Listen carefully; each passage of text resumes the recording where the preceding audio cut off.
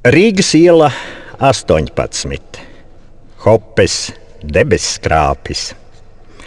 Nu jā, jūs teiksiet, māja, raiba kā gada tirgus. No visa pa druskai.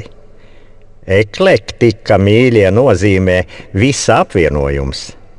To tad manī var redzēt uz katra stūra. Tikai atliek jums palūkoties ciešāk. Jā. Esmu slavenā Hopes māja Rīgas ielā 18. Johans Vilhelms Hope, kurš tautā saukts arī par Opi, cēlis pilsētas poliklīniku, pastu, telegrāfēku, tipogrāfiju un pat kapličas. Taču kā viens no nozīmīgākajiem dzīves darbiem esmu uzskatāma tieši es. Palūkojieties apkārt. Varbūt ne šeit, tumsā, puskrēslā, bet iesaku apiet kādu loku gar maniem mūriem un paskatīties augstāk par pirmo stāvu. Mani uzcēla kādas nelielas koka mājeles vietā, un vecais Hope nu gan zināja, ko darīja, kad šo zemes pleķīti no grāfa Zīvers ieguva kā samaksu par pils viesnīcas Lenčielā pārbūvi.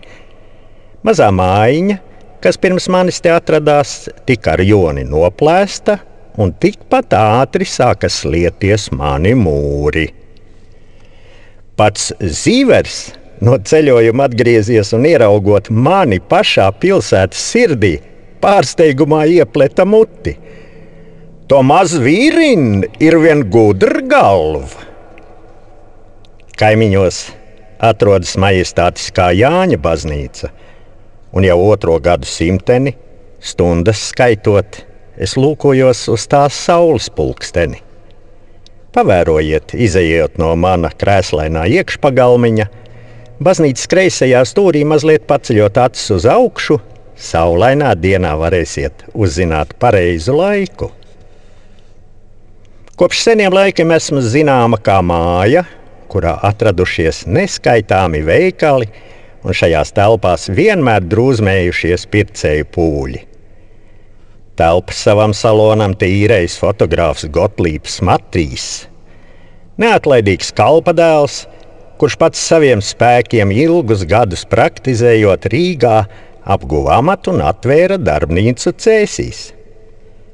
Vēlos jums pastāstīt arī par Berga kungu, veiksmīgu tirgotāju un manu saimnieku. Viņa piedāvātā produkcija vienmēr bija aktuāla, un pirkt gribētāju nekad netrūka. Manā priekšā stāv avīzīte, kuras iedzeltējušās lapas un neparastā sajūta tās paverot, atsauc atmiņā pavisam senus laikus. Reklāma. Saņemts jauns sūtījums, dāmu un kungu velospēdi un firmas Ehrenpreis oriģināl, Latvello speciāl, Omega, Ozolnieks, velosipēdu daļas.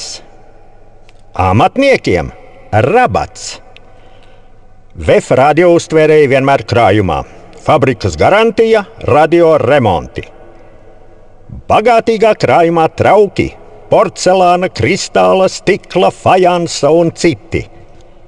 Nerūsējoši naži un karotes.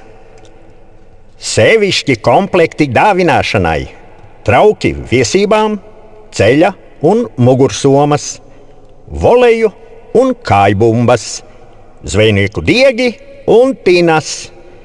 Pēteris Bergs, Rīgas ielā 18, tālrunis 148. Nama īpašnieku likteņi. 1941. gads. Deportācija no Latvijas PSR. Vairāk nekā 15,000 okupētās Latvijas civiliedzīvotāji tiek arestēti naktī no 13. uz 14. jūniju un izvesti uz PSRS iekšlietu sistēmas koncentrācijas nometnēm.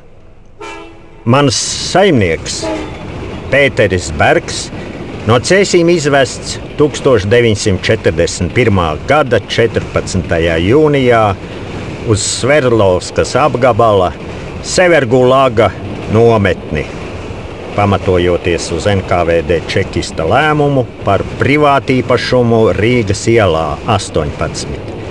51 000 latu vērtībā un veikala apgrozījumu gadā 120 000 latu. Miris 1941. gada 21. jūlijā pulksten 19:30 Severgulaga nometnes slimnīcā. Uzņēmēja Berga sieva Elza Bergs izsūtīta uz Krasnojarskas, Biriļuskas rajonu 1941. gada 14. jūnijā. 2 reizes rakstījusi LPSR augstākās padomes prezidija priekšsēdētājam un Josifam Staļinam ar lūgumu apžēlot un atļaut atgriezties Latvijā. Abas reizes saņēmusi atteikumus. Veselības stāvokļa dēļ izslēgta no Biriļuskas kolhoza, palikusi bez iztikas līdzekļiem un iespējas atgriezties dzimtenē 1947. gada 17. oktobrī, izdarījusi pašnāvību pakaroties. Pie arestēšanas un kratīšanas Cēsīs 1941. gadā sastādīts akts par dzīvokļa mantas konfiskāciju. 1944. gada 26. septembrī, atgriežoties sarkanajai armijai, tika pilnīgi sagrauts pilsētas vecāko ēku kvartāls. Arī es cietu bombardēšanas laikā. Tika norauts mājas stūris pret baznīcas ieliņu. Bojā aizgāja cilvēki, arī fotogrāfs Gotlības Matīs. Šāviņi gan neskāra pirmā stāva krogu. Ritēja pelēkie padomju laiki. Pamazām atkal atgriezās dzīvība. Mani gaišie pirmā stāva skatlogi vienmēr bijuši pievilcīgi apmeklētājiem. Arī padomju laikos te apgrozījās daudz ļaužu. Ilgus gadus šeit bijusi vīriešu frizētava. Breolīna, odekolona un šampūna smarža vijās līdz pat maniem bērniņiem. Atmodas sākumā te bija viens no pirmajiem jaunmodīgās pārtikas veikaliem. Kola, spraits, košās sulas pakas. Cēsniekiem tas bija jaunums. Vēlāk čaklie stundu skaitītāji pulksteņi gaidīja savus pircējus. Mazie skolnieki pirka zīmuļus un burtnīcas. Šobrīd gan mani logi ir tukši, taču es ticu, ka laiki mainīsies. Mans tērps atgūs košo toni, augšējos stāvos būs smalki dzīvokļi, balkonu margas slīks ziedos un pirmā stāva veikali vilinās cilvēkus. Kā jūs domājat? Kas Hopes namam piestāvētu vislabāk?